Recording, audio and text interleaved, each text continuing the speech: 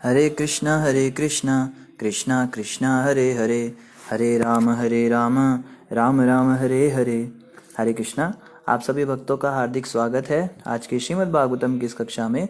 स्वागतम सुस्वागतम। और हम चर्चा कर रहे हैं श्रीमद् भागवतम चतुर्थ स्कंद अध्याय 16 के ऊपर, जिसका नाम है बंदी जनों द्वारा राजा पृथु की स्तुति। तो हम अभी क्या पढ़ रहे हैं, हमने जल्दी से हम रिकैप करते क्या पढ़ा था कल, कि महाराजा पृथु अपने पिता वेण के शरीर से मंथन कर निकाले गए, उनका राज्याभिषेक हुआ।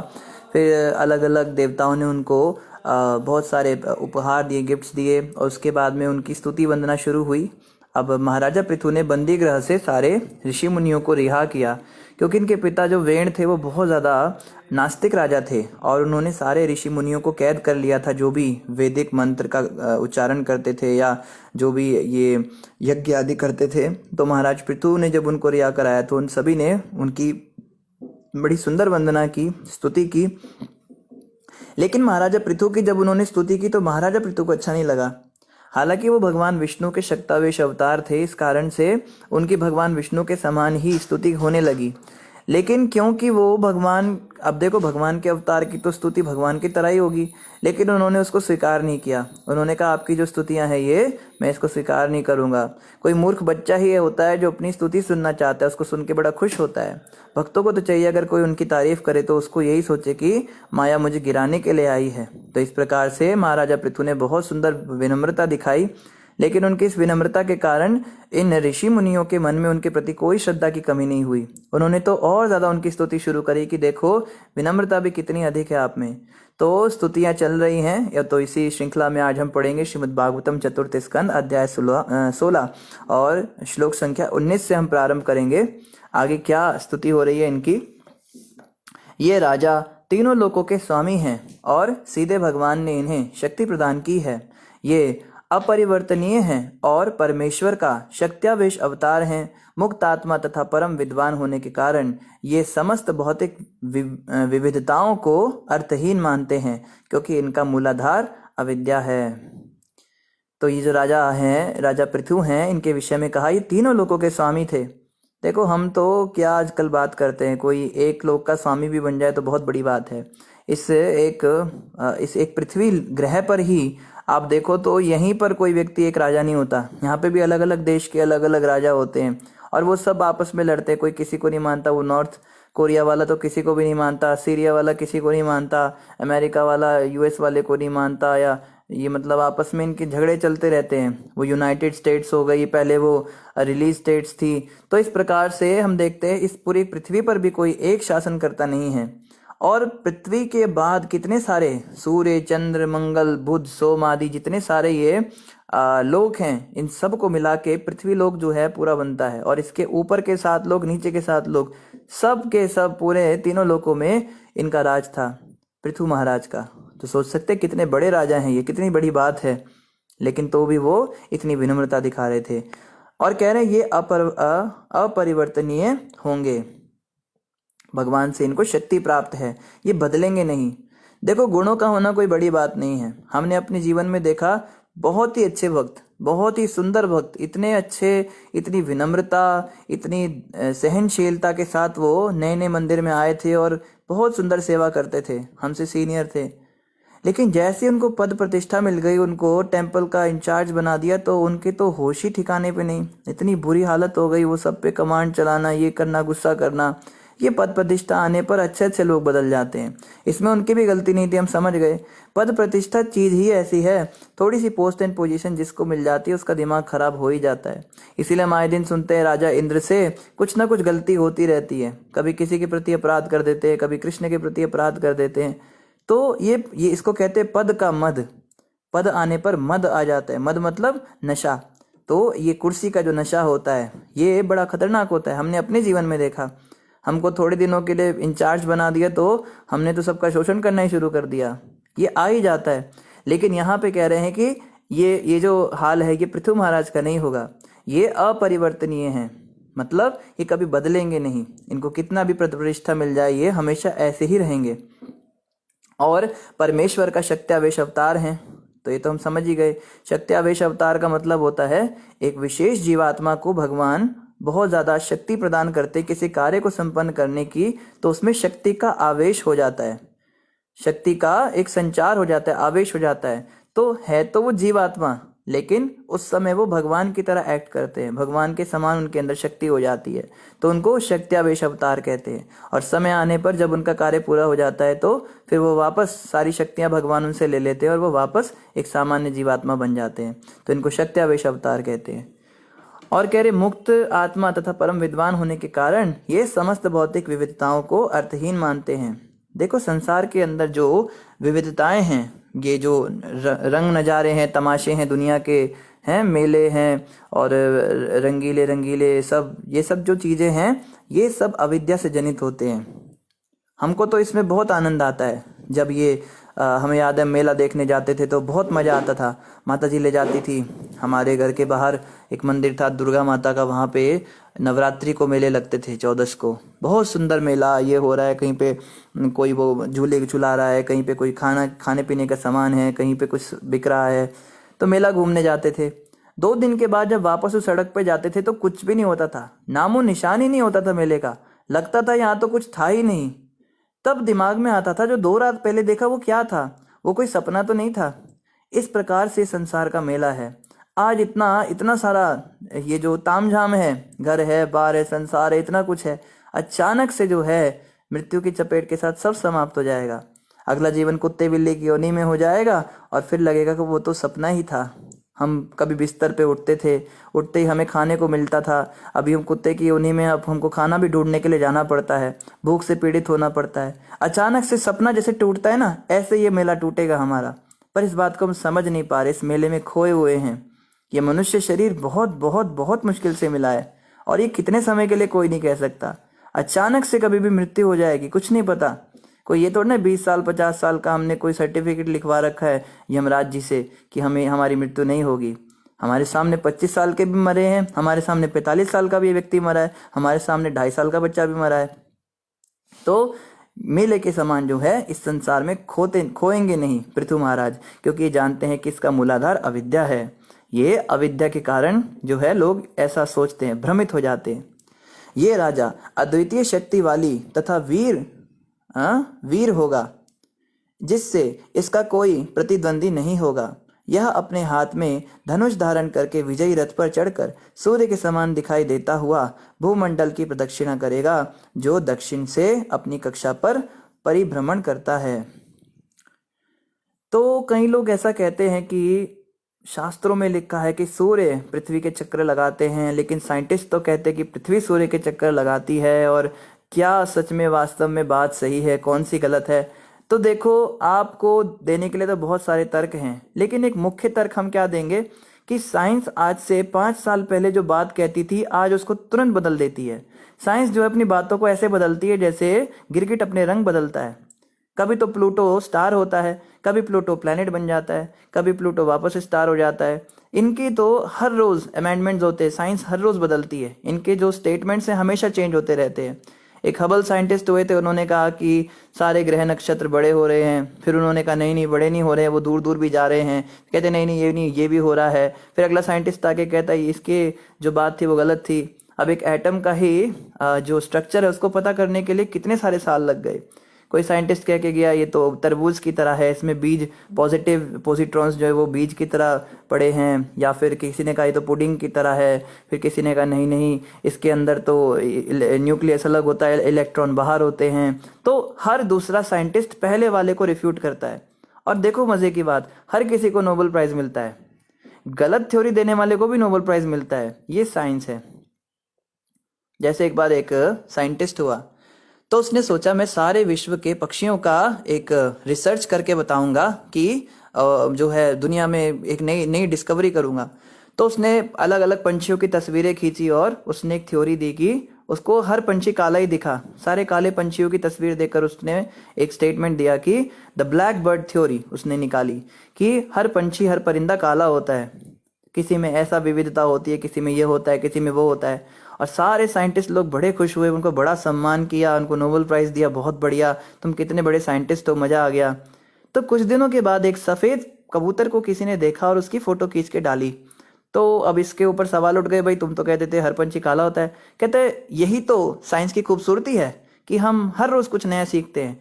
तो अब अपनी बात को तो छुपाएगा नहीं कि मैंने गलती कर दी। अब ये क्या करता है, अब ये दोबारा कैमरा लेके गया, तो इसको सफेद पंछी भी मिले खूब सारे, फिर उनकी फोटो खींच के उनके बारे में इसने बड़ा डिटेल में डिस्क्राइब किया। अब इसने एक नई थ्योरी निकाली, every bird is either black और वाइट, ये नई थ्योरी निकाली और सारे साइंटिस्ट ने सम्मान किया, वाह आप तो बहुत महान है, देखो सफेद पंछियों का भी आपने बताया, इनको दोबारा नोबेल प्राइज मिला। फिर कुछ दिनों के बाद किसी ने नीले पंछी की फोटो खींची। अब इसको पूछा भाई ये क्या है, कहता है रुको रुको अभी देखता हूँ, फिर से रिसर्च करता है, तो हर बात के लिए इनको नोबेल प्राइज मिल रहा है। खैर ये तो एक काल्पनिक बात है, ऐसा कुछ हुआ नहीं था, पर कहने का मतलब ये साइंटिस्ट इसी तरह की थ्योरीज देते हैं। तो जो लोग कहते हैं कि पृथ्वी सूर्य की परिक्रमा करती है, कल को ये मना कर देंगे, इन्हें क्या टाइम लगता है, कह देंगे नहीं नहीं पृथ्वी नहीं करती, सूर्य ही चक्कर लगाता है, और कोई इनको कुछ नहीं कह सकता, क्योंकि ये कहेंगे यही तो साइंस की ब्यूटी है। तो इन लोगों पे क्या विश्वास करना जो हर पल अपना रंग बदल रहा है। इन साइंटिस्टों पे तो कोई मूर्ख ही विश्वास करेगा। जो बच्चा हर दिन कहे कि मेरी माँ ये है, अगले दिन कहे मेरा बाप ये है, फिर कहे मेरा बाप वो है, हर किसी को अपना बाप बना के घूमता रहे, उस बच्चे को क्या कहोगे। तो इन पे कौन विश्वास करेगा, हमें शास्त्रों पे विश्वास करना है। 5000 साल हो गए श्रीमद् भागवत को लिखे हुए, आज तक कोई श्लोक बदलना नहीं पड़ा कि वेद व्यास जी ने ये वाली बात गलत कह दी थी, ये तारा ऐसे नहीं था ऐसे था, या पृथ्वी ही सूर्य के चक्कर लगाती है, या फिर लोक जो है वो फ्लैट नहीं होते, पृथ्वी गोल नहीं होती, कुछ चेंज नहीं करना पड़ा। आज तक वो एक भी श्लोक का एक भी स्टेटमेंट नहीं बदलना पड़ेगा, और ये ध्रुव सत्य है, ये हमेशा रहेंगे, शास्त्रों में कभी कोई अमेंडमेंट नहीं होगा। कोई ये नहीं कहेगा कि वेद व्यास जी के मैं ड्रॉबैक्स बताता हूँ, उन्होंने यहाँ पे गलती कर दी, कोई नया ऋषि आएगा, ऐसा कभी नहीं होता। तो जो बदलता नहीं वही तो सत्य है, उस पे हमें विश्वास करना है। तो इस श्लोक में बताया जा रहा है कि यह राजा क्या करेगा, अपने हाथ में धनुष धारण करके विजयी रथ पर चढ़कर सूर्य के समान दिखाई देता हुआ भूमंडल की प्रदक्षिणा करेगा, जो दक्षिण से अपनी कक्षा पर परिभ्रमण करता है। तो सूर्य जो है वो दक्षिण दिशा से परिभ्रमण करता है पृथ्वी का, सूर्य पृथ्वी के दक्षिण ओर से जो है परिक्रमा करते हैं। और महाराज परीक्षित भी क्या करेंगे, ये भी सूर्य के समान अपने रथ पर चढ़ेंगे और पूरी पृथ्वी की प्रदक्षिणा करेंगे। जैसे हम जानते हैं प्रभुपाद जी ने 14 बार पूरी दुनिया की प्रदक्षिणा की थी एरोप्लेन में। तो अब तो एरोप्लेन का जमाना है, उस समय पे रथ पे होती थी, तो इन्होंने रथ पे की थी, अभी करेंगे, अभी की नहीं है। जब यह राजा सारे संसार में भ्रमण करेगा तो अन्य राजा तथा अन्य देवतागण इसे सभी प्रकार के उपहार भेंट करेंगे। उनकी रानियां भी उसे आदि राजा मानेंगी, जो अपने हाथों में चक्र तथा गदा चिन्हों को धारण करता है, और उसी के गुणगान करेंगी, क्योंकि वह भगवान के समान ख्याति वाला होगा। तो ये राजा जहां भी जाएगा सब जगह इनका सम्मान होगा, कोई भी मुकरेगा नहीं इस बात से कि हम इनको महाराज के रूप में स्वीकार करते हैं। बड़े बड़े राजा भी इनको अपना महाराज बताएंगे। प्रजा का पालक यह राजा अद्वितीय है और प्रजापति देवों के तुल्य है। प्रजा के जीवन निर्वाह के लिए यह गौ रूपी पृथ्वी का दोहन करेगा। तो बता रहे हैं कि पृथ्वी ने उस समय पे अपना सब कुछ देना बंद कर दिया था, क्योंकि राजा वेंड बड़ा नास्तिक था, तो माता पृथ्वी बहुत नाराज हुई थी उससे, बहुत दुखी हुई थी। तो उन्होंने सारे खनिज पदार्थ, सारे अन्न चावल सब समेट लिए थे। तो ये महाराज पृथु क्या करेंगे, ये पृथ्वी का दोहन करेंगे। जैसे गाय को दूहते हैं ना, उसमें से दूध निकालते हैं, तो ऐसे ही महाराज पृथु क्या करेंगे, ये पृथ्वी में से खनिज पदार्थ निकालेंगे।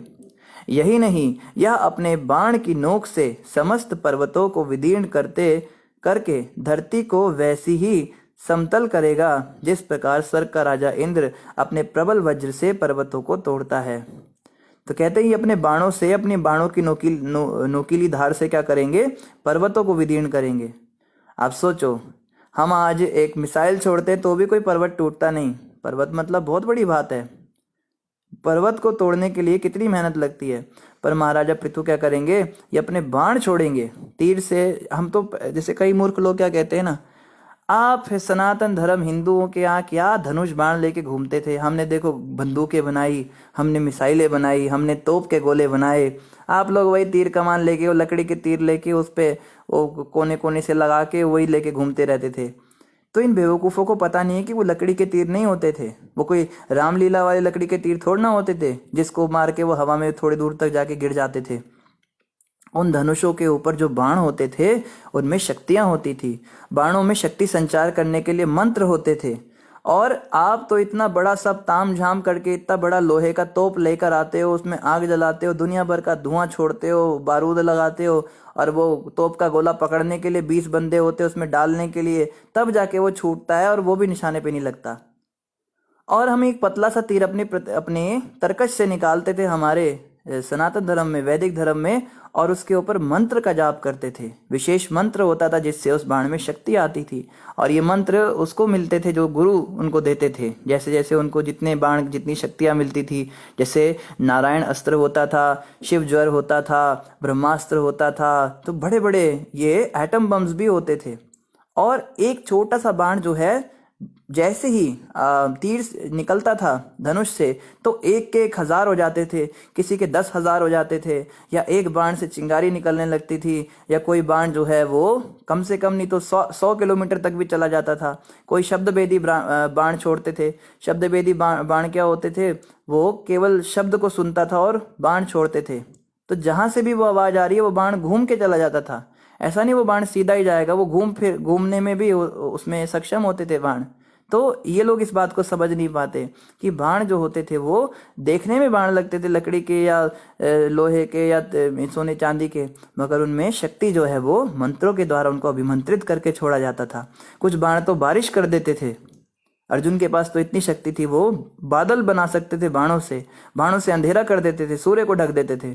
ऐसे ऐसे भी बाण होते थे। मान लो आपको नींद आ रही है, दिन का समय, आपको बहुत धूप हो रही है बाहर, हमको नींद नहीं ठीक से आ रही, तो पतिदेव को बोलो पतिदेव थोड़ा अंधेरा कीजिए, वो बाण छोड़ेगा ऊपर, सारे बादल बादल कर देगा और आराम से आप सो जाओ दिन में। तो इस प्रकार से हम देखते हैं कि ये वैदिक संस्कृति के अंदर बहुत हाई फाई टेक्नोलॉजी चलती थी। और आगे क्या कह रहे हैं, ये अपने बाणों से पहाड़ों को तोड़कर धरती को समतल कर देंगे। जब सिंह अपनी मूंछ ऊपर उठाकर वन में विचरण करता है, उस समय छोटे छोटे पशु छिप जाते हैं। इसी प्रकार जब राजा पृथु अपने राज्य में भ्रमण करेंगे और बकरों तथा बैलों के सींगों से बने अपने धनुष की टंकार करेंगे, जिसका युद्ध में कोई सामना नहीं कर सकता, तो सभी आसुरी धूर्त तथा चोर चारों दिशाओं में छिप जाएंगे। तो चोर बहुत हो गए थे ना राजा वेण के मरने से, तो सारे के सारे चोर पृथु महाराज के आगे छुप जाएंगे। यह राजा सरस्वती नदी के उद्गम स्थान पर 100 अश्वमेध यज्ञ करेगा। अंतिम यज्ञ के समय स्वर्ग का राजा इंद्र यज्ञ के घोड़े को चुरा लेगा। तो ये भविष्यवाणी भी कर रहे हैं साथ ही साथ में कि जैसे कोई बच्चा पैदा होता है तो उसकी भविष्यवाणी कराते हैं, तो अब ये तो जवान ही पैदा हुए हैं, तो इनकी भविष्यवाणी भी हो रही है कि ये क्या करेंगे, सरस्वती नदी के उद्गम स्थान पर 100 अश्वमेध यज्ञ करेंगे। और आखिरी अश्वमेध यज्ञ में इनका जो घोड़ा है वो स्वर्ग के राजा इंद्र चुरा लेंगे। ये राजा पृथु अपने प्रासाद के उद्यान में 4 कुमारों में से एक सनत कुमार से भेंट करेगा। राजा उनकी भक्ति पूर्वक पूजा करेगा और उनसे सौभाग्य वश उपदेश प्राप्त करेगा, जिससे मनुष्य दिव्य आनंद उठा सकता है। इस प्रकार जब इस राजा के वीरतापूर्ण कार्य जनता के समक्ष आ जाएंगे, तो यह राजा अपने विषय में तथा अपने अद्वितीय पराक्रम पूर्ण कार्यों के विषय में सदैव सुनेगा।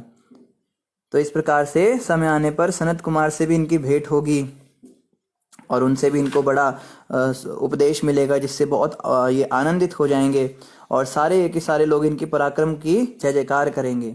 पृथु महाराज की आज्ञाओं का उल्लंघन कोई नहीं कर सकेगा। सारे जगत को जीतकर वह नागरिकों के तीनों तापों को समूल नष्ट करेगा। तब सारे जगत में उनको मान्यता प्राप्त होगी। तब सुर तथा असुर दोनों उनके उदार कार्यों की निस्संदेह प्रशंसा करेंगे। तो देवता हो चाहे राक्षस हो, सभी इनकी प्रशंसा करेंगे। और इसी के साथ हमारा 16वां अध्याय संपन्न हुआ। अभी हम अध्याय 17 पढ़ेंगे। तो बस 2-3 ही अध्याय रहते हैं, उसके बाद में हमारा ये स्कंद भी कंप्लीट हो जाएगा। और उसके बाद हम नहीं क्षमा कीजिए, भाग 1 है चतुर्थ स्कंद का, अभी एक और भाग है। आधा हमारा चतुर्थ स्कंद हो जाएगा, फिर आधा करने के बाद हम पंचम स्कंद की ओर बढ़ेंगे। अध्याय 17 का नाम है महाराज पृथु का पृथ्वी पर कुपित होना। मैत्रेय उवाच, मैत्रेय ऋषि ने आगे कहा, इस प्रकार उन गायकों ने जो महाराज पृथु की महिमा का गायन कर रहे थे, उनके गुणों तथा वीरतापूर्ण कार्यों का वर्णन किया। अंत में महाराज पृथु ने सम्मान पूर्वक उन्हें अनेक भेंटें प्रदान की और उनकी यथेष्टि पूजा की। तो उनको गिफ्ट्स दिए ब्राह्मणों को और उनको उनकी पूजा कर दी। इस प्रकार राजा पृथु ने ब्राह्मण तथा अन्य जातियों के समस्त नायकों, अपने नौकरों, मंत्रियों, पुरोहितों, नागरिकों, सामान्य देशवासियों, अन्य जाति के लोगों, प्रशंसकों तथा अन्यों को प्रसन्न किया और उनका सभी प्रकार से सम्मान किया। इस प्रकार वे सभी अत्यंत प्रसन्न हो गए। तो देखो, भक्तों को चाहिए ना 6 चीजें करनी चाहिए, ऐसा उपदेशामृत में लिखा है। श्रील रूप गोस्वामी बताते हैं, अगर आपको किसी को भी खुश करना है, सामान्य रूप से और विशेष रूप से अगर भक्तों को खुश करना है, तो 6 काम ऐसे होते हैं जिनके करने से आपका रिलेशन किसी के साथ भी बन सकता है। ये फॉर्मूला है, हमारे शास्त्रों में बहुत सारे फॉर्मूले दिए हैं। अब मानो आपको किसी के साथ अपना रिलेशन स्ट्रांग करना है, आपको वो तो बहुत, हम तो नए नए अभी उनसे मिले हैं, कैसे हम उनके साथ अपना संबंध स्थापित करें, कैसे हम उनके साथ फ्रेंडशिप करें, है ना। ऐसा कई बार होता है, हेजिटेशन होती है, कैसे शुरुआत करें, कैसे बात करें। तो 6 चीज़ें करनी चाहिए। बताते हैं, ददाती, सबसे पहले उनको कुछ गिफ्ट देना चाहिए। ये सबसे फर्स्ट चीज़ होती है। अगर आप किसी को भी भेंट देते हो, उपहार देते हो, तो रिलेशनशिप शुरू हो जाती है। जैसे कोई नया व्यक्ति आपको सत्संग में मिला हमको, ठीक है, हम सोचे कि ये तो हमारे ही एरिया के हैं, हम इनसे बात कैसे शुरू करें। तो फर्स्ट मीटिंग में क्या हो, कुछ गिफ्ट लेकर जाएं उसके पास में। हमेशा याद रखें कि कुछ ना कुछ गिफ्ट देना चाहिए। भक्तों को हमेशा गिफ्ट देते रहना चाहिए। हम तो ब्रह्मचारी बन गए, नहीं तो हमारी इच्छा तो ये थी, हम कुछ ना कुछ खरीद के देते रहते थे पहले, जब हम कॉलेज में थे। या भक्तों को कुछ ना कुछ उपहार देते रहना चाहिए। तो अभी तो हमारे पास कुछ होता नहीं देने के लिए, लेकिन और कुछ नहीं तो मीठे वचन तो दे ही सकते हैं। उनको प्रेम से उनको 2 बोल दो तो वो भी बड़ी बात होती है। तो इस प्रकार से हमेशा, अगर आपके पास कुछ भी देने को नहीं है तो सम्मान तो दे ही सकते हो ना। सम्मान एक ऐसी चीज़ है जो फ्री में दी जाती है, पर हम किसी को देना नहीं पसंद करते। ये देखो, मुफ्त की चीज़ भी देते नहीं। तो ददाती, सबसे पहले गिफ्ट दीजिए उसको। फिर प्रतिगृणाती, उसके बाद में क्या होगा, वो भी गिफ्ट देगा, क्योंकि ये होता है, रेसिप्रोकेशन होता है। आप उनको कुछ उपहार देंगे तो वो भी लाएंगे। अब उसको मना नहीं करना। कई बार हम ना बड़ा संकोच कर जाते हैं, नहीं नहीं नहीं, रहने दीजिए, हमें ज़रूरत नहीं है, अरे आप रखिए, आप इसका ये कर लेना, वो कर लेना। तो उसको बहुत बुरा लगता है, क्योंकि उसकी इच्छा होती है कि वो भी आपको कुछ दे। तो प्रतिगृणाती, भक्तों के द्वारा अगर कोई हमें भेंट मिले तो उसको स्वीकार करना भी भक्ति का एक अंग है। कई भक्त जो सोचते, बड़ा संकोच करते, फॉर्मेलिटी करते, नहीं नहीं रहने दीजिए, ऐसे करके मना ही कर देते हैं। तो वहीं पे रिलेशनशिप जो है स्टॉप हो जाता है। तो फर्स्ट स्टेप तो है देना, और सेकंड स्टेप है लेना भी चाहिए, ग्रहण भी करना चाहिए। ददाती प्रतिगृणाती। फिर गुह्यम आख्याति, थर्ड स्टेप पे क्या करना चाहिए, उनसे अपने दिल की बात खुल के करनी चाहिए। मेरे हृदय में ऐसा भाव है आपके प्रति, या मुझे ऐसा लगता है हम वहाँ मिले थे आपसे, या कुछ भी बात हो कि ऐसा था वैसा था। और पृच्छति, उनकी बात सुनना भी चाहिए, उनसे प्रश्न पूछने चाहिए। उनसे अगर हमारे मन में कोई सवाल है, कोई डाउट है, अगर कोई सीनियर डिवोटी हैं तो उनसे कोई शास्त्रों की चर्चा है वो पूछना चाहिए। जीवन में कुछ समस्या है या फिर इन जनरल कोई भी बात हमें शेयर करनी चाहिए। और शेयरिंग जो है उसके लिए भी बताया जाता है, अलग अलग लोगों के साथ में अलग अलग लेवल पे होता है। ऐसा नहीं कि जीवन एक खुली किताब की तरह जिसको भी देखा मुंह उठा के सब कुछ बता दिया अपने बारे में, ऐसा भी नहीं करना चाहिए। कई लोग मिसयूज भी कर जाते हैं। तो देखना होता है कि किसके साथ कितनी बात शेयर करनी है, कौन कौन सी बात शेयर करनी है। तो बातें शेयर करना और उनसे भी पूछना कि आप भी कुछ अपने बारे में बताइए। जनरली जो लोग होते हैं ना, वो बताना तो बहुत कुछ चाहते हैं पर सुनना नहीं चाहते। हमने देखा यहाँ मंदिर में कोई भक्त आता है नया नया, तो बोलता जाएगा ऐसा है, वे मैं ऐसा किया, मैंने वैसा किया। फिर आप उसको अपने बारे में बताने लगो, अच्छा हम भी बताते तुमको, तो वो चला जाएगा। अच्छा अभी मुझे कुछ काम याद आ गया, अरे मुझे नींद आ गई, अरे मेरी सेवा रह गई, मेरा जप रह गया। तो सुनाने में तो हम नंबर 1 होते हैं, हम 10-10 घंटे भी सुना सकते हैं अपनी बात किसी को। और आजकल कोई सुनना ही पसंद नहीं करता, तो हम तो सोचते हैं कि कोई तो सुन ले हमारी बात को। तो हमें कोई एक आधा मिल जाता है भक्त, तो हम उसको खूब सुनाते हैं अपनी बातें। फिर हम बदले में सुनना नहीं चाहते, फिर हमें उपदेश भी सुनने चाहिए कि वो जो हमें बात बताते हैं। तो दोनों तरफ से गुह्यम आख्याति पृच्छति। उसके बाद फिर ये 4 हो गए ना। फिर फिफ्थ स्टेप पे क्या करना है, भुंक्ते। अब क्या करना है, भुंक्ते और भोजयते चैव, उनके घर में प्रसाद लेना है और उनको भी अपने घर पे इनवाइट करके प्रसाद खिलाना है। ये बहुत ज़रूरी होता है। खिलाने पिलाने का जो सिस्टम है ना, इससे हम बहुत अच्छा रिलेशन मेंटेन कर सकते हैं। तो जब हम प्रसाद वितरण करते हैं, प्रसाद खिलाते हैं किसी को, बड़े प्रेम से, हृदय से, भाव से खिलाते हैं, और उससे भी हम उसके यहाँ भी जाते खाने के लिए, या उसके द्वारा दी हुई वस्तु को स्वीकार करते खाते, इससे हमारा रिलेशनशिप फिक्स हो जाता है। अब जो है वो एकदम पक्का रिलेशन हो जाता है। चैव षड्विधम प्रीति लक्षणम, ये जो 6 विधि हैं ये प्रीति लक्षणम है। ये 6 लक्षण है प्रेम के, भक्तों के साथ ऐसे प्रेम का आदान प्रदान होता है। हम क्या सोचते हैं हमारा रिलेशन कैसे होता है भक्तों के साथ, कि पहले तो उसको देखते हैं कौन सी स्कूल में जाता है, कॉलेज में जाता है, फिर उससे क्रिकेट स्पोर्ट्स की बातें करते हैं, फिर हम उसके साथ मूवीज़ देखने जाते हैं, फिर हम दोनों कंठी वाले तो साथ में मिलके किसी अच्छे से रेस्टोरेंट में चले जाते हैं और वहाँ जाके थोड़ा पिज़्ज़ा बर्गर खा लेते हैं, फिर थोड़ा हमारा रिलेशनशिप ऐसा होता है। लेकिन ऐसा नहीं होना चाहिए। अगर हमें आध्यात्मिक स्तर पे किसी के साथ कुछ रिलेशन बनाना है तो उसमें ये 6 चीज़ें होनी चाहिए, इनकी बड़ी आवश्यकता है। तो यहाँ बताया जा रहा है कि पृथु महाराज ने सबको गिफ्ट्स दिए।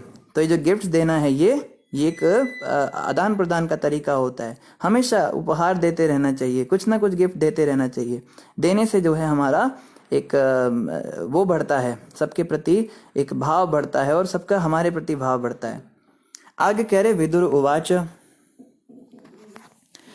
विदुर ने मैत्रेय ऋषि से पूछा, हे ब्राह्मण, जब धरती माता अनेक रूप धारण कर सकती है तो फिर उसने गाय का ही रूप क्यों ग्रहण किया? और जब राजा पृथु ने उसको दूहा तो कौन बछड़ा बना और दोहनी का पात्र क्या था? तो मैत्रेय ऋषि ने बताया कि महाराजा पृथु अब गाय रूपी पृथ्वी का दोहन करेंगे। पृथ्वी को तो कोई दोह नहीं सकता, पृथ्वी के तो स्तन होते नहीं, तो गऊ का रूप लिया पृथ्वी ने। तो विदुर जी पूछ रहे गऊ का ही रूप क्यों लिया? वो और भी तो कोई रूप धारण कर सकती थी। और ये बताओ कि गाय तो दूध जब देती है जब उसका बछड़ा होता है उसके पास में। आप में से अगर किसी ने गाय का दूध निकाला हो कभी, जब तक गाय का बछड़ा उसके पास नहीं आता तब तक वो दूध जो है छोड़ती नहीं है गाय। तो ये पूछ रहे हैं कि बछड़ा कौन बना उसका, धरती रूपी गाय का, और दोहनी कहाँ से आई, ये सब मुझको बताइए। दोहने का पात्र क्या बना, किस बाल्टी में उनका गाय का दूध निकाला गया, ये कौन सा पात्र था, वो कौन व्यक्ति बना? पृथ्वी की सतह स्वभावतः कहीं ऊंची है तो कहीं नीची, तो फिर राजा पृथु ने पृथ्वी की सतह को कैसे समतल बनाया? और स्वर्ग के राजा इंद्र ने यज्ञ के घोड़े को क्यों चुराया? तो आपने जो ये बातें बताई मुझे, ये चुराएगा, तो मुझे बताओ इंद्र ने क्यों घोड़ा चुराया उनका? इंद्र को क्या समस्या हो गई? और पृथ्वी तो कहीं ऊंची नीची होती है, सारे पहाड़ और ये सब सबके सब समतल कर दिए क्या उन्होंने? ऐसा कैसे कर दिया?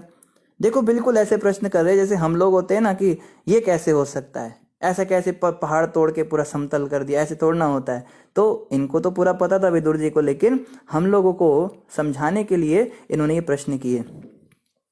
महान साधु राजा महाराज पृथु ने परम वैदिक विद्वान सनत कुमार से ज्ञान प्राप्त किया।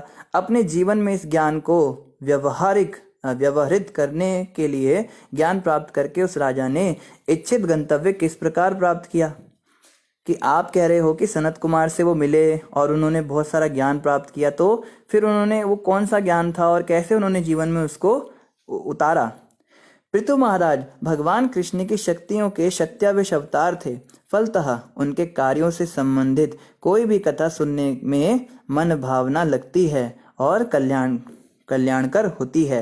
मैं तो आपका तथा अधोक्षज भगवान का ही भक्त हूँ, अतः आप उन राजा पृथु की सभी कथाएं सुनाए जिन्होंने राजा वेण के पुत्र के रूप में गोरूप धरती का दोहन किया।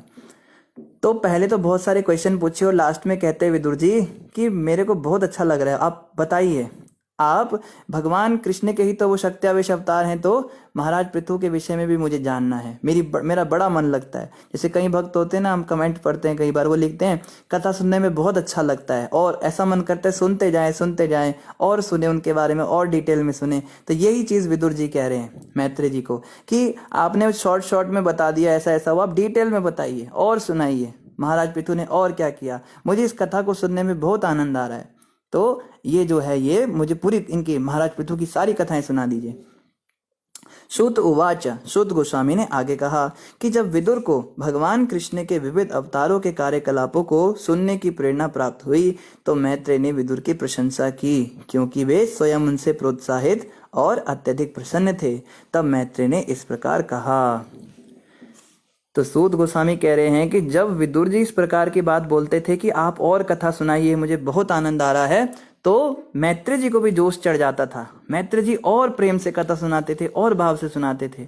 देखो, जब हम किसी को रेसिप्रोकेट करते हैं ना, कोई हमें कथा सुना रहा है और हम कहें कि आपकी कथा बहुत अच्छी लगती है, बहुत आनंद आता है, और सुनाइए, कृष्ण की और लीला और चर्चा कीजिए, तो सुनाने वाले को भी आनंद आता है। जैसे आप भक्त लोग भी कई बार कुछ कुछ डालते हो कि अच्छा लगता है और सुनने की इच्छा है, तो हमको भी आनंद आता है सुनाने में कि देखो कितना आनंद आ रहा है, तो हम स्वयं भी उसका रसास्वादन करते हैं। तो सूत गोस्वामी कहते हैं कि मैत्रेय जी ने उनका धन्यवाद किया विदुर जी का, कि आप जो हैं मुझे ऐसे ही आप बताते रहिए, आप जैसे रेसिप्रोकेट करते हैं, आप बीच बीच में बताते रहते हैं, अपने सुझाव देते हैं कि और डिटेल में बताइए, तो इससे मुझे बहुत अच्छा लगता है। मैत्रेय उवाच, मैत्रेय जी ने आगे कहा, हे विदुर, जब ब्राह्मणों तथा ऋषियों ने राजा पृथु को राज सिंहासन पर बिठा दिया तथा उन्हें नागरिकों का रक्षक घोषित किया, तो उस समय अन्न का अभाव था। जिस समय पे राजा पृथु को राजा बनाया गया था, तो उस समय अन्न का अभाव हो गया था। कई बार कई प्रदेशों में अन्न का अभाव हो जाता है, तो इसका कारण यही होता है कि उस प्रदेश के लोग नास्तिक रहे होंगे, तभी ऐसा होता है। नागरिक भूख के मारे सूख कर कांटा हो गए थे, अतः वे राजा के समक्ष आए और उन्हें अपनी वास्तविक स्थिति कह सुनाई। तो सारे के सारे नागरिक अब भूख तथा प्यास से पीड़ित थे। देखो, जनरली ऐसा होता है कि जब भी कोई राजा बनता है तो उसको कुछ पीछे से मिलता है, बैंक बैलेंस मिलता है कि आपके पिता ने इतना ये सब सिस्टम चला के रखे हैं, आप इसको संभालिए।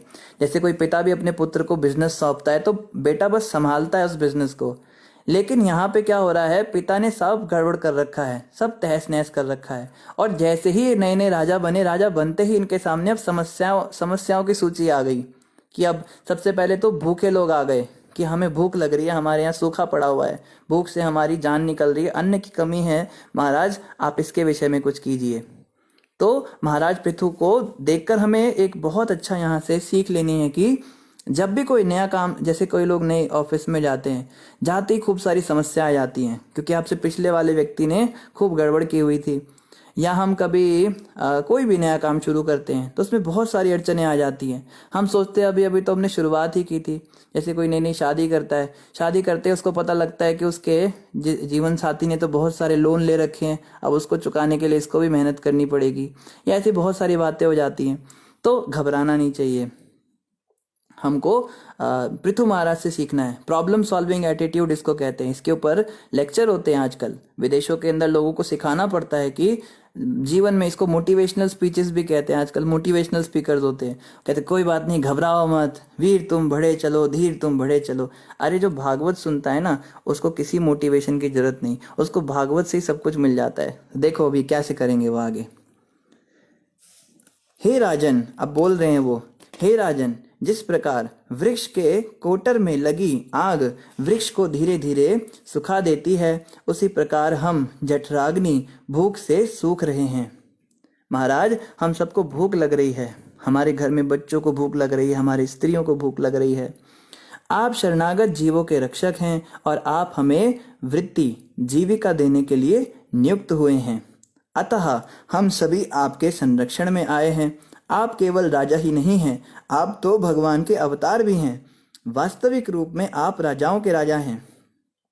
आप हमें सभी प्रकार की जीवात्माएं प्रदान कर सकते हैं, आप हमें सभी प्रकार की जीविकाएं प्रदान कर सकते हैं, क्योंकि आप हमारी जीविका के स्वामी हैं। अतः हे राज राजेश्वर, उचित अन्न वितरण के द्वारा हमारी भूख को शांत करने की व्यवस्था कीजिए। आप हमारी रक्षा करें जिससे हम अन्न के अभाव से मरे नहीं। तो सबसे पहला जो टास्क आया इनके पास, सबसे बड़ा चैलेंज आया, वो ये आया कि इस समय भूखमरी हो रही है पूरे राज्य में, आपके हर जगह पे सूखा पड़ा हुआ है और हम लोग भूख से मरे जा रहे हैं, तो कृपया करके आप इसकी व्यवस्था कीजिए। एक बार क्या हुआ ना, एक गांव था, तो वहां पर एक साधु रहते थे।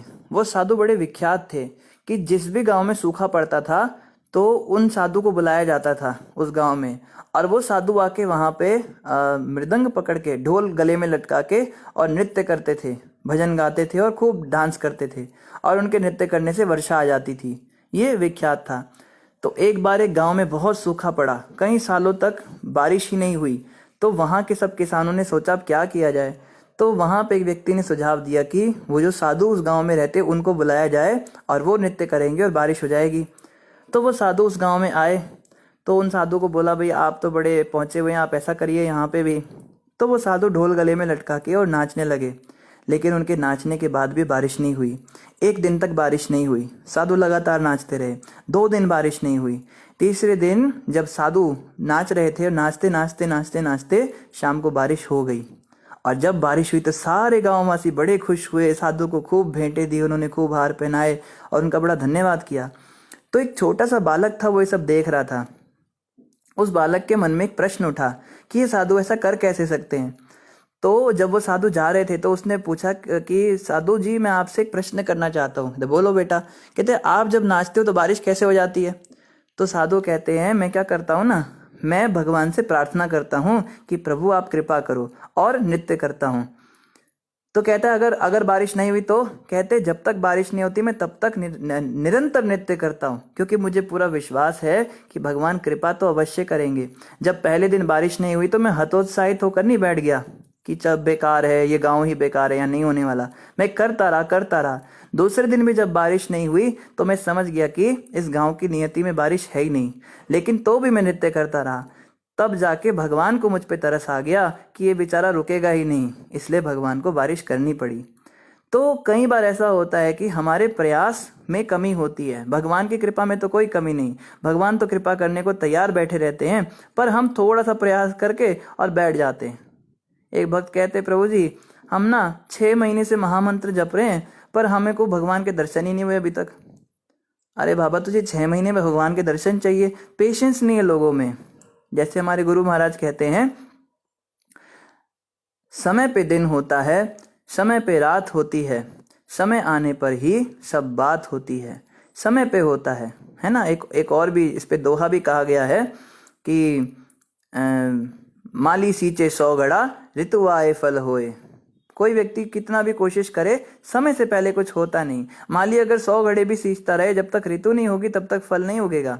तो हमें निरंतर कॉन्स्टेंटली करते रहना है, भक्ति करते रहनी है। ये नहीं कि एक दिन 16 माला की, दूसरे दिन 16 माला की, तीसरे दिन देखा अरे मन नहीं करा छोड़ दिया। ऐसे थोड़ा ना काम चलता है। ऐसे लोगों को भगवान नहीं मिलते। भगवान कृष्ण कहते हैं जो दृढ़ संकल्प होते हैं, जो एक बार नियम ले लेते हैं तो ले लेते हैं, उनको मैं मिलता हूँ। एक भक्त ने प्याज लहसुन छोड़ा नया, वो जुड़े थे, वो कंठी पहनी उन्होंने गले में, उन्होंने भी पहनी, उनकी माँ ने भी पहनी। तो वो बता रहे थे मैं और मेरी माँ तो प्याज लहसुन छोड़ दिया हमने, गले में तुलसी माला पहन ली, पर हमारे पिताजी नहीं मानते थे। हमारे पिताजी खाते थे, तो हमने अपना खाना अलग करना शुरू कर दिया। ये माँ बेटे अलग खाना बनाते थे, पिताजी का अलग।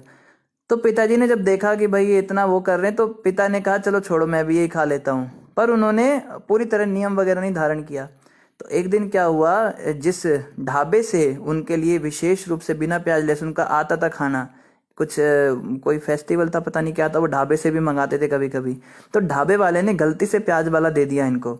अब गलती से प्याज वाला आ गया तो इनकी माँ ने भी देख लिया प्याज है और बेटे ने भी देख लिया। तो माँ कहती है बेटा अब क्या करे, चल कभी कभी ले भी लेते, इसमें कोई इतना वो थोड़ना है। पर बेटा अड़ाना नहीं, मम्मी मैं नहीं खाऊंगा, आप खा लो आपको खाना है तो माँ ने क्या किया, प्याज निकाल दी अलग सब्जी में से, जो दिख गई उनको हल्की हल्की टुकड़े निकाल दिए। कहती है अब इसमें प्याज थोड़ना है, अब खा ले। तो वो कहता है ये तुम खाओ मैं नहीं खाऊंगा। फिर वो गया रात को स्पेशल गया, पहले तो उस ढाबे वाले की उसने अच्छी खासी लड़ाई करी उसके साथ, उसको खूब डांट लगाई। फिर वो बेचारा वो भी घबरा गया, भाई ये तो इतने ज़्यादा वो हैं। तब वो अपनी अलग से सब्जी लेकर आया जो उसकी बनी थी, उसने घर पे आके वो खाई। और उसके पिताजी तब कहते हैं उसकी माँ को कि तू अभी तक पक्की नहीं हुई है, देख ये पक्का हो गया। हालांकि उसके पिताजी फॉलो नहीं करते, पर ये चीज़ उन्होंने देख ली। इसको कहते हैं दृढ़ व्रत। एक बार हमने नियम ले लिया तो आंधी आए तूफान आए, हम अपने नियम का पालन करेंगे। अब कथाओं पे कथाएं याद आ रही हैं। एक बार क्या हुआ, एक नास्तिक था, वो एक उसका एक दोस्त था, लेकिन वो भक्त था भगवान का, तो वो शिवजी का भक्त था। तो ये शिवजी का भक्त जो था, ये रोज शिवलिंग पर जाकर जल चढ़ाता था। और वो जो उसका नास्तिक फ्रेंड था, उसको बड़ा गुस्सा आता था कि ये शिवलिंग के ऊपर लोग इतना ये चढ़ाते, ये करते, जैसे आते ना ओ माय गॉड फिल्म वाले, ऐसा ही कुछ था वो, इस पे दूध बर्बाद करते हैं। तो उसको इतना गुस्सा आता था, वो एक कंकड़ उठाता था और निशाना साध के सीधा शिवलिंग पे मारता था। तो अब रोज का उसका नियम था, ये भी जाता था वो भी जाता था, तो डेली ये जाके दूध चढ़ाता था। और जब ये चला जाता था वो चुपके से पीछे से कंकड़ मार के आता था उन शिवलिंग पर। तो एक दिन क्या हुआ, रास्ते में बहुत बारिश हो गई, तूफान हो गया, बाढ़ आ गई। अब बाढ़ के कारण जो है पानी ऊपर तक आ गया। तो ये जो इसका फ्रेंड था और ये था, इन्होंने आपस में डिस्कस किया कि आज भी जाना है, बोलता आज भी जाना है। तो ये दोनों गए उस दिन भी, इसने अपनी पूजा करी, उसने कंकड़ मारा, बाढ़ का पानी बढ़ता रहा। तो 3-4 दिन के बाद गर्दन तक पानी आ गया शहर में। अब इसके फ्रेंड ने बोला कि यार अब रहने देते हैं, मैं घर पे ही पूजा कर लूँगा, मंदिर में नहीं जा पाऊँगा। मगर इसके दिमाग में कीड़ा था कि इसको रोज जाना है। इसने कहा मेरा नियम है, चाहे कंकड़ मारने का ही नियम है, पर मैं छोड़ूं कैसे। इससे रहा ही नहीं गया, ये जो है निकला और जैसे तैसे करके और शिवलिंग पे कंकड़ मारा जैसे इसने, तो भोलेनाथ ही प्रकट हो गए। कहते हैं वास्तव में तेरी ही भक्ति सच्ची है। हालांकि तू कंकड़ मारने आ रहा है, पर उस बात पे मैं नहीं रिझा कि तूने मुझे भक्ति की क्या किया, पर तू कम से कम लगातार आया, तेरे अंदर निष्ठा है, तू जो है, तेरे को मैं कृपा करता हूँ। फिर तो वो भक्त बन ही गया, उनका जब दर्शन हो गया। तो इसको कहते हैं विपरीत परिस्थितियों में भक्ति करके दिखाओ तो जाने। अनुकूल परिस्थिति में तो सभी भक्ति कर लेते हैं, घर में सब भक्त है, अच्छा माहौल है, सत्संग चल रहा है, सब चल रहा है, तो सभी माला जप कर लेते, 16 माला कर लेते, 4 नियम कर लेते।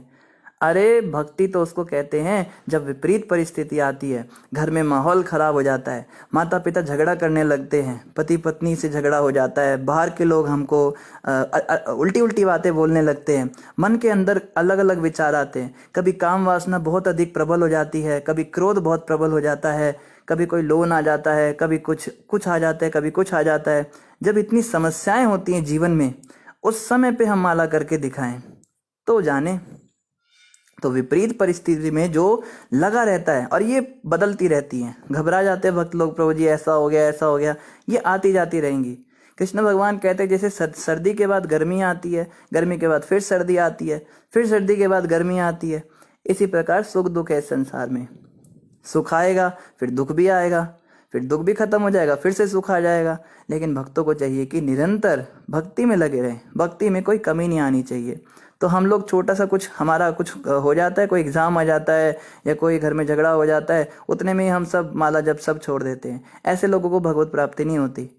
भगवत प्राप्ति उनको होती है जो जैसी स्थिति है वैसी स्थिति में। और देखो, जो व्यक्ति विपरीत परिस्थिति में भजन करता है ना, उसकी ज्यादा जल्दी शुद्धि होती है, क्योंकि वो विपरीत परिस्थिति में भक्ति कर रहा है। उसके सामने सारी की सारी नेगेटिव वाइब्रेशंस हैं, उसके सामने अंधकार हो रखा है, इस समय उसका बिल्कुल मन नहीं है, लेकिन तो भी वो जबरदस्ती माला को लेकर बैठा है और स्ट्रगल कर रहा है। उसको नींद आ रही है, उसका मन नहीं लग रहा है, उसको वासना सता रही है, लेकिन तो भी वो लगा हुआ है। उसको लोग आके ताने सुना रहे हैं, फिर भी वो अपना डेली मंदिर जा रहा है। चाहे लॉकडाउन लग गया, अभी जैसे पीछे लॉकडाउन लगा ना, तो मंदिर में हमने ताला लगा दिया क्योंकि सारे मंदिर बंद हो चुके थे।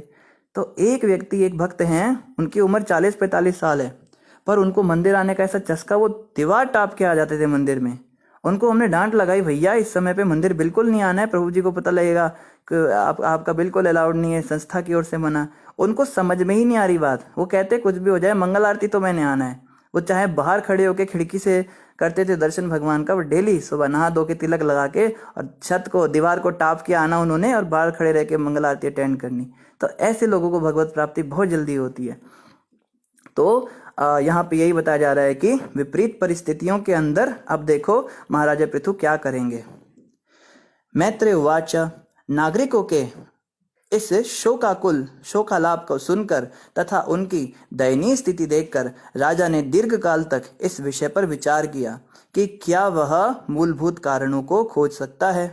ऐसा निश्चय करके राजा ने अपना धनुष बाण उठाया और उन्हें पृथ्वी की ओर उसी प्रकार लक्षित किया जिस प्रकार शिवजी क्रोध से सारे जगत का विनाश कर देते हैं। तो जैसे रामचंद्र जी ने भी किया था ना, जब समुद्र देव के सामने उन्होंने बहुत दिन पूजा करी समुद्र की, पर उसने सुनी नहीं बात उनकी। तो फाइनली जो है, फिर कहते हैं ना कि जब ऐसे नहीं मानते तो फिर गुस्से से मानते हैं। तो उन्होंने जैसे अपना तीर निशाना साधा समुद्र की ओर, तुरंत समुद्र देव प्रकट हो गए। तो ऐसे ही पृथु महाराज ने क्या किया, पृथ्वी की ओर धनुष बाण लिया अपना और उसको साध दिया, पृथ्वी को निशाना बना दिया धनुष से। अब क्या हुआ, जब पृथ्वी ने देखा कि राजा पृथु उसे मारने के लिए धनुष बाण धारण कर रहे हैं, तो वह भय के मारे कांपने लगी। तो ऐसे इसको कहते हैं जैसे तैसे काम निकालना। लातों की भूत बातों से नहीं मानते। कई लोग होते हैं जो जिनसे प्रेम से बात करो, बातें करो, मानते ही नहीं है, फिर उनको लाते ही मारनी पड़ती है। तो यहाँ पे एक और सीख मिल रही है कि जैसे हम कहते हैं ना आप तो भक्त हो, या कोई कहता है प्रभु जी मैं तो भक्त हूँ ना, मैं कैसे किसी को कुछ ऊंचा बोल सकता हूँ, मैं कैसे किसी से ऐसे काम ले सकता हूँ। लेकिन जो लोग ज़्यादा ही हद कर देते हैं अपनी, तो फिर भक्तों को भी अपना थोड़ा मर्यादा को पीछे रखना पड़ता है। प्रभुपाद जी के जो मुंबई का मंदिर था, मुंबई में जुहू में मंदिर मिला था इस्कॉन को, उसके ऊपर केस कर दिया नायर ने, जिसकी वो ज़मीन थी उसने डोनेट की थी, बाद में उसने घपला कर दिया। वो कहता है कि ये जो ज़मीन है ये मुझे चाहिए। तो प्रभुपाद जी के पास भक्त लोग आए, कहते प्रभुपाद जी हम तो संत हैं ना, हम उसको ज़मीन वापस दे देते, हम कहाँ कोर्ट कचहरी के झमेले में पड़ेंगे। प्रभुपाद जी ने कहा ड्रैग हिम टू कोर्ट, तुम कोर्ट में लेके जाओ उसको, और जमीन हमें चाहिए। कैसे हम ऐसे कैसे, भक्त हैं हम लोग, लेकिन ऐसे लोगों के साथ हमको इन्हीं की तरह से व्यवहार करना पड़ता है। तो ये नहीं है कि भक्त हैं तो हम जो हैं बस चुपचाप हाथ जोड़ के बैठे रहेंगे और सब गलत काम देखते रहेंगे। जुल्म करना पाप है तो जुल्म सहना ये महापाप है। तो महाराजा पृथु ने जैसे ही पृथ्वी को निशाना बनाया तो पृथ्वी घबरा गई, और क्या हुआ उसके बाद वह उसी प्रकार भागी जिस प्रकार शिकारी द्वारा पीछा किए जाने पर हिरनी तेजी से भागती है। राजा के भय से पृथ्वी ने गाय का रूप धारण कर लिया और भागने लगी। तो पृथ्वी ने गाय का रूप क्यों धारण किया? क्योंकि गौ माता को देख के एक स्वाभाविक दया की भावना आती है। सनातन धर्म में गौ माता की बहुत महिमा गाई है, और पृथ्वी वैसे भी गौ के रूप में ही रहती है स्वर्गलोक में। तो पृथ्वी ने गौ का रूप धारण किया और भागने लगी वहां से। यह देखकर महाराज पृथु अत्यंत क्रुद्ध हुए।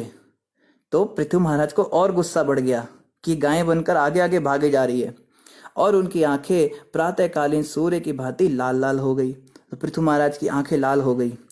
अपने धनुष पर बाण चढ़ाए वे जहां जहां गोरु पृथ्वी दौड़कर जाती वहीं वहीं उसका पीछा करते रहे।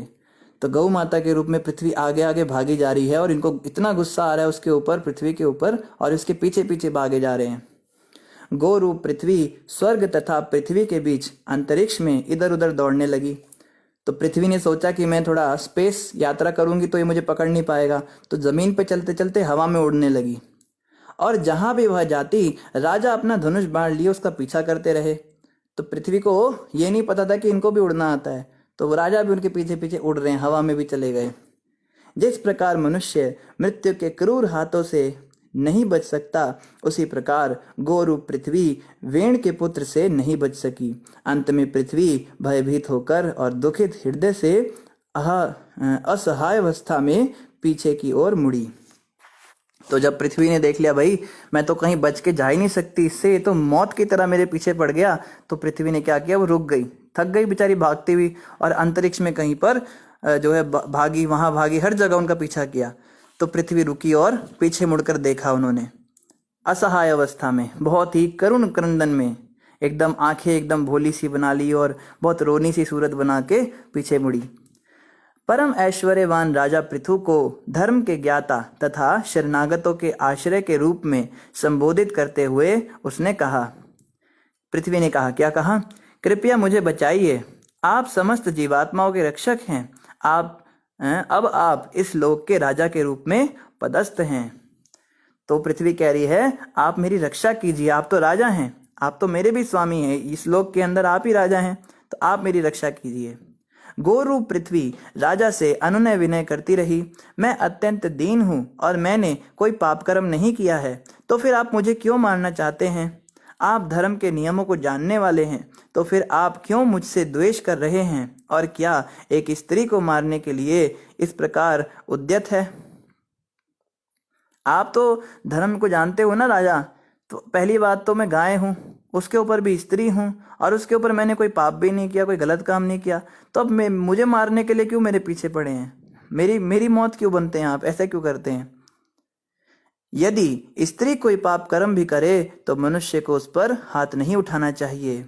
ये बहुत बड़ी शिक्षा है, स्त्रियों पे कभी हाथ नहीं उठाना चाहिए। कहा गया है जिस घर में स्त्री का सम्मान नहीं होता उस घर में कभी भी लक्ष्मी का, सरस्वती का, किसी का निवास नहीं होता। उस घर में कभी संपन्नता, कभी सुख शांति नहीं आ सकती। जिस घर में स्त्रियों का सम्मान नहीं है, स्त्री हमारी माँ है, स्त्री का वास्तविक सम्मान क्या है ये भी समझना होगा। आजकल स्त्रियां सोचती है जब तक उनको उल्टे सीधे कमेंट नहीं मिलेंगे, तुम तो ढिंचाक लग रही है या ऐसे लग रही है, ऐसी उल्टी सीधे शब्दों से उनको सम्मानित नहीं किया जाएगा तब तक उनका सम्मान नहीं होगा। स्त्रियों को भी पता नहीं सम्मान किसे कहते हैं। स्त्री के लिए सबसे बड़ा सम्मान है कि हर पराया पुरुष उनको माता की दृष्टि से देखे। हालांकि आजकल की स्त्रियों को ये बात समझ में नहीं आएगी। कुछ स्त्रियां तर्क कर सकती हैं कि हमसे बड़े बड़े आदमी भी हमें माता जी कहकर बोलते हैं, तो आप क्या जानो हमारे दुख को। एक बार एक भक्त थी, मंदिर में आती थी, तो कॉलेज में थे उस समय हम, वो मंदिर में आती थी टेम्पल में, तो हमारी उम्र की थी वो भी कॉलेज में थी। तो हमें कॉलेज में दिख गई वो दूर से, और हमने दूर से बोला हरे कृष्णा माता जी, और वो जोर से क्रंदन करने लगी, चिल्लाई और भाग गई वहां से। तो बाद में वो बहुत नाराज हो गई। फिर मुझे दूसरी उसकी सहेलियों ने कहा, माताओं ने, कि प्रभु जी आपने कॉलेज में उसको माता जी बोल दिया, वो इतना नाराज हो रही है, गुस्सा हो रही है, ऐसा कर रही है। तो मैं बाद में समझ में आया हमने बहुत गलती कर दी, पब्लिक में नहीं बोलना चाहिए था, पर अब हमारा भाव तो यही था। फिर उनको समझाया, भैया ऐसा मत सोचो, आप कहती है सब बात आपकी ठीक है, मंदिर के बाहर नो माता जी, मंदिर के अंदर आप मुझे माता जी बोलो। कई माताओं को तो ना शुरू शुरू में अगर माता जी बोलो बड़ा अजीब सा लगता है, फिर धीरे धीरे उनको आदत पड़ जाती है, वो समझ जाती है कि यहाँ पे ऐसा ही सिस्टम चलता है। तो देखो, माता जब हम किसी को कहते हैं तो उसका ये मतलब नहीं होता कि आप बहुत बूढ़ी हो या आपकी बहुत उम्र हो चुकी है। माता शब्द या बहन जी शब्द बड़ा होता है ना, सच अ बहन जी टाइप्स, यू आर सच अ बहन जी, है ऐसे बोलते हैं ना, बड़ी बहन जी लग रही हो आज तो तुम। तो लोग सोचते हैं बड़ी बड़ी ऑकवर्ड जो फीलिंग है, इसको बहन जी, इसको माता जी कहते हैं। माता शब्द का मतलब क्या होता है? माता का मतलब ये नहीं होता कि आप बहुत बूढ़ी हो या हमसे उम्र में ज्यादा हो। माता का मतलब होता है यू आर लक्ष्मी। जैसे प्रभु का मतलब होता है यू आर कृष्णा सर्वेंट, ऐसे ही माता मतलब यू आर लक्ष्मी, आप जो हैं साक्षात लक्ष्मी हैं। आप यू आर अन्नपूर्णा, आप अन्नपूर्णा हैं। You are Saraswati, you are Kali, you are Durga. तो ये होता है माता का भाव, क्योंकि स्त्री के अंदर ये सारे भाव आते हैं। तो जब जैसे कोई स्त्री होती है, जब वो बच्चों को पढ़ाती है तो सरस्वती का रूप होती है, जब वो खाना पकाती है तो वो अन्नपूर्णा का रूप होती है। और एक भक्त बता रहे थे, प्रभु जी जब पति को कुछ सामान बोला जाए और रात को वो लेकर ना आए तो वो दुर्गा का रूप ले लेती है। और अगर पति ने गलती से भी उसके मायके में किसी की बुराई कर दी तो फिर वो भद्रकाली का रूप ले लेती है। और कभी अगर पति ने उसकी ही बुराई कर दी, उसके मुंह पे, या उसकी किसी सहेली की तारीफ कर दी ज्यादा, तो फिर वो जो है रणचंडी का रूप भी ले लेती है। तो अलग अलग रूप हैं, नारी तेरे रूप अनेक। तो एक स्त्री के अंदर हर माता का एक अंश होता है, तो इसलिए उसको माता कहा जाता है कि माता जी आप। और वैसे भी ब्रह्मचारियों के लिए तो हर स्त्री माँ समान है। तो ये वास्तव में सम्मान है, इसे सम्मान कहते हैं। हमें दूसरा वाला सम्मान चाहिए होता है, नहीं हमको घूंघट में रखा जाता है, पता नहीं सिर ढकने का क्या इस्कॉन में सिस्टम चला है।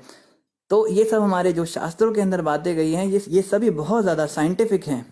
बाल जो होते हैं ना, बाल एक अशुद्ध वस्तु होती है।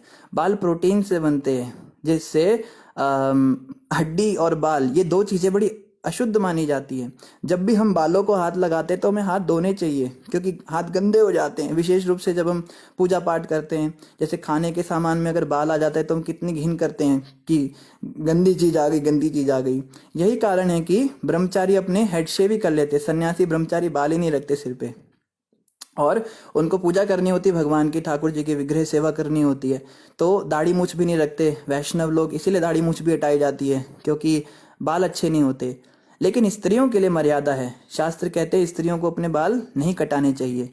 तो क्योंकि स्त्री अपने बाल कटाती भी नहीं, और दूसरी समस्या लंबे बाल होने के कारण स्त्री रोज अपने बाल धो भी नहीं सकती। पुरुष तो अपने बाल रोज धो लेता है, नहा धो के मंदिर आ जाता है, लेकिन स्त्री के बाल नहीं धुलते तो उसका स्नान पूरा नहीं माना जाता, उसको अर्ध स्नान कहते हैं। तो स्त्री जो है वास्तव में वो अशुद्ध होती है, क्योंकि उसके बाल नहीं धुले होते जब जिस दिन उसने बाल नहीं धोए हैं। तो इसलिए उसको बोला जाता है आप सिर के ऊपर कपड़ा लगा लो। जैसे सिख पंथ में भी होता है ना कि सिर को ढक के ही आपको अंदर जाना है, तो उसके पीछे का ये लॉजिक होता है। अब ये तो पता नहीं होता, वो हमें भी कह रहे थे आप भी सिर ढको, हमने कहा हमारे तो सिर पे बाल ही नहीं है, हम क्यों ढके? तो उन्होंने कहा नहीं नहीं हमें कहा गया बस आप ढको। तो लोग जो है फॉलो तो करते हैं मगर पीछे के साइंटिफिक बेसिस को समझ नहीं पाते। तो ये कारण है सिर ढकने का। और भी बहुत सारी बातें हैं। और एक फेमिनिन की उसके अंदर एक भावना आती है, स्त्री होने की भावना आती है। जब वो सिर ढकती है वो बहुत सुंदर लगती है, एक लज्जा उसमें आती है, स्वाभाविक लज्जा। तो इस प्रकार से जो नियम हमारे शास्त्रों में बताए जाते हैं, इसको कहा जाता है सम्मान। स्त्रियों का सम्मान करना चाहिए, ये होता है सम्मान। और उसके बाद अगर किसी घर में स्त्री सम्मान होता नहीं तो फिर उस घर में तो केवल समस्याएं ही होंगी। और विशेष रूप से यहाँ कहा जा रहा है, स्त्री कितना भी बड़ा पाप कर दे, कुछ भी क्यों ना कर दे, उस पे हाथ तो कभी उठाना ही नहीं चाहिए। इसीलिए जो है ये स्त्रियों का सम्मान है। हे राजन, आप तो इतने दयालु हैं कि आपके विषय में क्या कहा जाए। आप रक्षक हैं और दीनवत्सल हैं। आप तो राजा हैं ना, आप तो इतने दयालु हैं, दीनवत्सल हैं। आप एक अबला स्त्री पे भला क्यों हाथ उठाना चाहते हो? आप धनुष लेकर मेरे पीछे दौड़ रहे हो तो लोग क्या कहेंगे आपके बारे में? कोई सामान्य मनुष्य होता, कोई ऐसा ही कोई वो होता, असभ्य व्यक्ति होता, वो ऐसा करता तो फिर भी ठीक था। आप तो इतने बड़े राजा हो भाई, आप तो ऐसा मत करो। तो अब जो है पृथ्वी इस प्रकार से महाराज को संबोधित कर रही है। समय लगभग पूरा हो गया, कल हम यहीं से आगे प्रारंभ करेंगे कि फिर पृथु महाराज ने कैसे उनका दोहन किया, किस प्रकार से फिर पृथ्वी ने नाना प्रकार के खनिज वगैरह निकाले। तो इन्हीं शब्दों के साथ आप सभी भक्तों का बहुत बहुत धन्यवाद। किसी भक्त का कोई प्रश्न हो तो आप अवश्य कमेंट पर पूछ सकते हैं। मनोज शर्मा जी कह रहे हैं, अभी तो प्रभु जी आपसे ही मिल रहा भगवत ज्ञान रूपी गिफ्ट। मनोज प्रभु, हम माध्यम बन रहे हैं, पर ये सारा का सारा ज्ञान प्रभुपाद जी से ही मिल रहा है हमको। प्रभुपाद जी ने दिव्य ग्रंथ लिखे हैं, इसलिए हमें बारंबार इनका धन्यवाद करना है।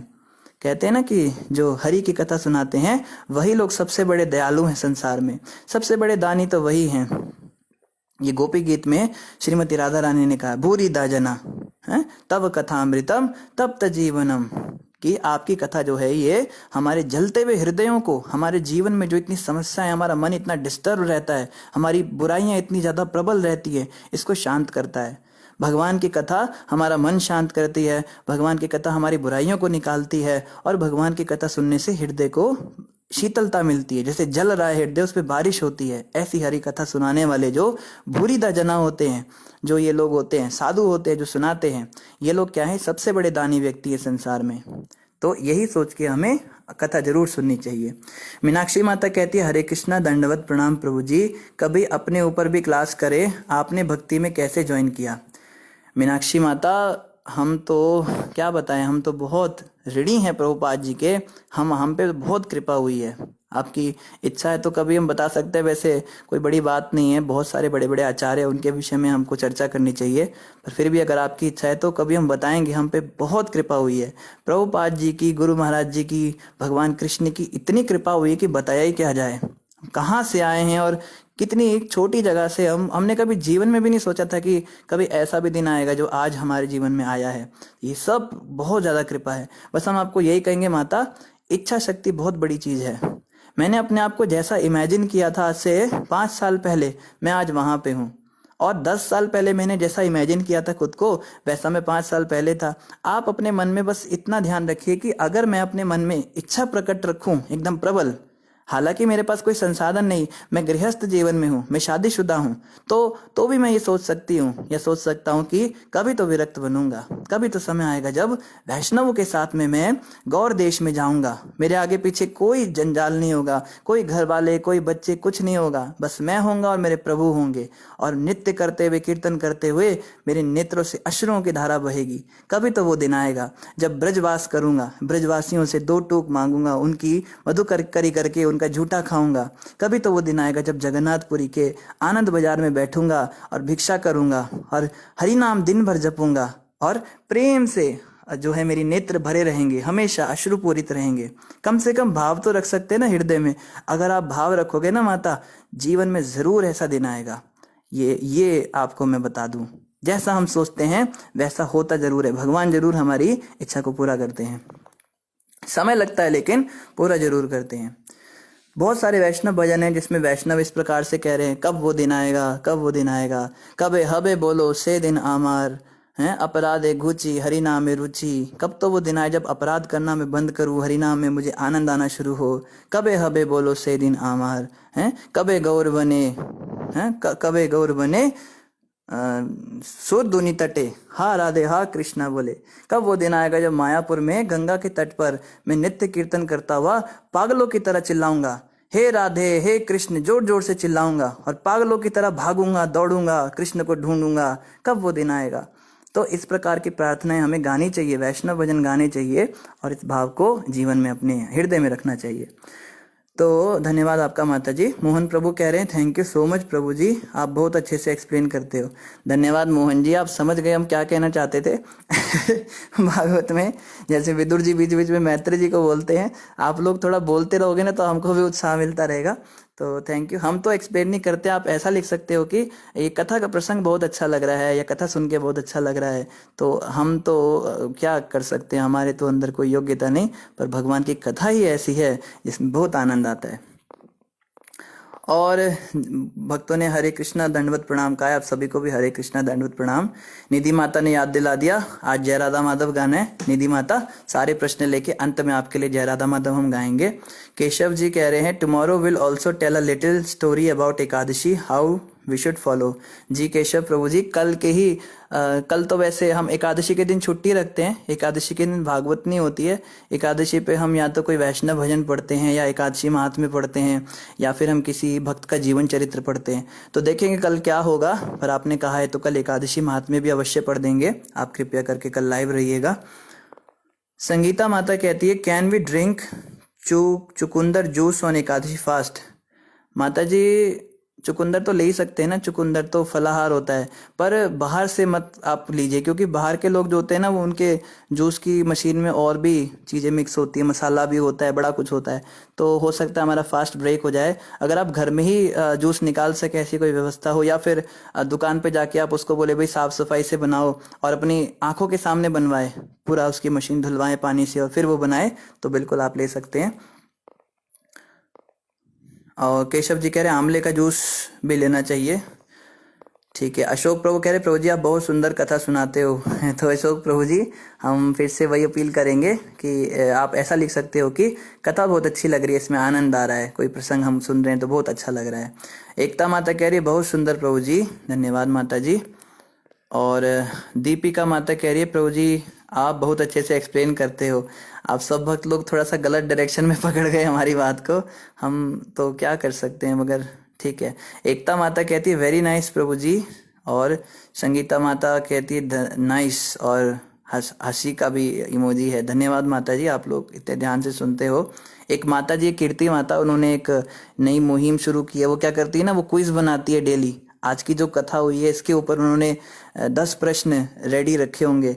तो आप सभी भक्त जो जो उस क्विज में पार्ट लेना चाहते हो, देखने के लिए भाई कितने अच्छे से हमने कथा श्रवण किया है, तो आप भी उसको भर सकते हो। वो माता डेली रिजल्ट भी अनाउंस करती है, तो माता जी लोग का माता जी के ग्रुप पे आएगा रिजल्ट, और प्रभु जी लोग का प्रभु जी के ग्रुप में रिजल्ट आएगा। तो भी वैकुंठ प्रभु ग्रुप का लिंक डाल देंगे, उस ग्रुप में आप सब ज्वाइन कर सकते हो। और जो माताएं हैं वो सेपरेटली हमको मैसेंजर पे मैसेज करें, उनको हम माताओं के ग्रुप का लिंक भेज देंगे, तो आप उस क्विज में भी पार्ट ले सकते हो। और संगीता माता कह रही है माता जी की जय। I love ISKCON too much, ISKCON temple की जय। धन्यवाद संगीता माता। आप देखो हमें तो बड़ी हैरानी होती है कि आपको माता सुनना अच्छा लगता है। ये जनरली ऐसा होता है ना, माता शब्द सुन के बड़ा अजीब सा लगने लगता है, पर धन्य हैं आप भी माता जी, और भी माता हैं जिनको हम माता जी बोलते हैं तो वो कम से कम गुस्सा नहीं करते। एक बार ऐसा हुआ ना कि जन्माष्टमी पे सेवा थी हमारी, और क्राउड कंट्रोल सेवा थी, तो हम 3 भक्त थे आईवाईएफ में, हम यूथ प्रीचिंग में थे उस समय, हम ब्रह्मचारी नहीं थे। तो हम तीनों वहाँ घूम रहे थे, हम ऐसे थे 17-18 साल के लड़के थे तीनों। तो एक कोई लड़की आई थी बाहर से फ्रेंड्स के साथ, वही जीन्स वाली थी और अजीब अजीब आवाज़ें निकाल रही थी, चिल्ला रही थी, तो वो लाइन से बाहर निकल गई। तो एक भक्त हमारा गया, उसने कहा आप थोड़ा लाइन में चले जाइए, फिर वो बाहर निकल गई, फिर सेल्फी खींचने लगी, फिर 2 बार बोला, तीसरी बार जो उस भक्त को गुस्सा आ गया, तो कहता है माता जी आप अंदर क्यों नहीं जाते हो।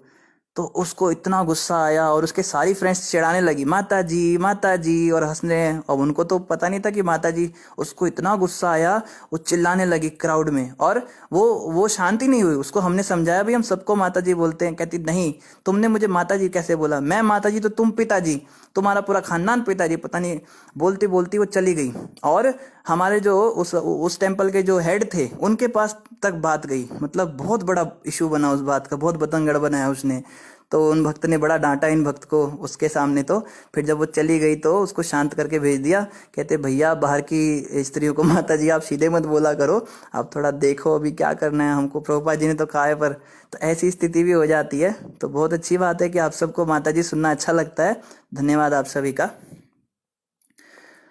ठीक है। जितेंद्र जी कह रहे प्रभु जी वेरी इंफॉर्मेटिव, हरि बोल, धन्यवाद जितेंद्र प्रभु। एकता माता कह रही है प्रभु जी धन्यवाद माता जी, आपने जो भी कहा है। ऋषु जी भी कह रहे हैं, माता कहती है वेरी नाइस प्रभु जी, धन्यवाद ऋषु गुप्ता माता जी आपका भी। और एकता माता ने एक खरगोश भी भेजा है, दिल पकड़ा हुआ इसने, थैंक यू माता जी, आपका भी थैंक यू। और रोहित बंसल जी कह रहे हे नाथ मैं आपको कभी भूलूं नहीं। बिल्कुल यही प्रार्थना होनी चाहिए हमारी भक्तों की, हे नाथ कभी आपको भूलूं नहीं। भूलूंगा तब जब कथा सुनना बंद कर दूंगा। आप लोग कथा में छुट्टी मार जाते हो, प्रभु जी आप रोज आया कीजिए, और भी भक्त लोग रोज आया कीजिए, रोज आएंगे तो भूलेंगे नहीं।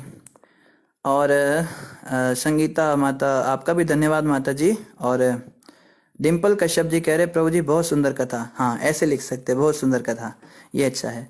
रोहित बंसल जी कह रहे आनंद ही आनंद है कथा में, धन्यवाद रोहित जी, आप रोज आते रहिए ऐसे ही। मनोज शर्मा जी कह रहे कृष्ण जी की सभी कथाएं मन को शांत करती रखती हैं, और कहने वाले आप जैसे भक्त हैं वो भी वो और भी मधुर। धन्यवाद मनोज प्रभु, आप आशीर्वाद बनाए रखें।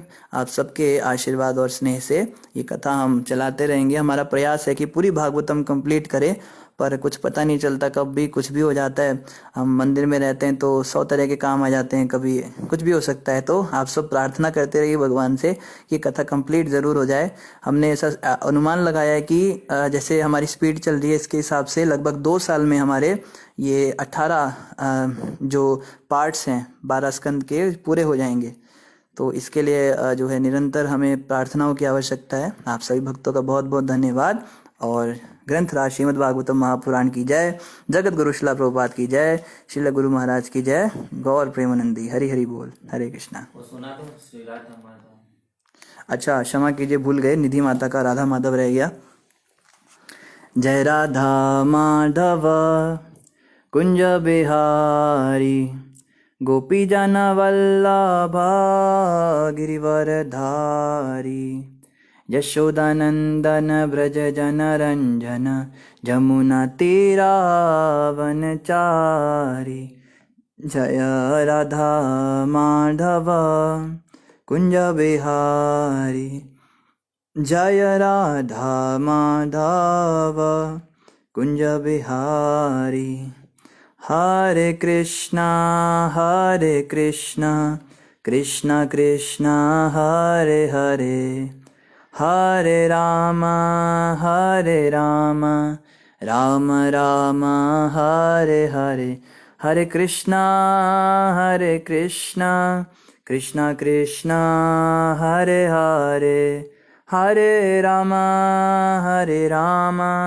राम राम हरे हरे। जय जय प्रभुपाद प्रभुपाद प्रभुपाद, जय प्रभुपाद, जय जय गुरुदेव गुरुदेव गुरुदेव गुरुदेव। निताय गौर हरि बोल हरि बोल हरि बोल, गौर हरि बोल। धन्यवाद निधि माता, हरे कृष्णा।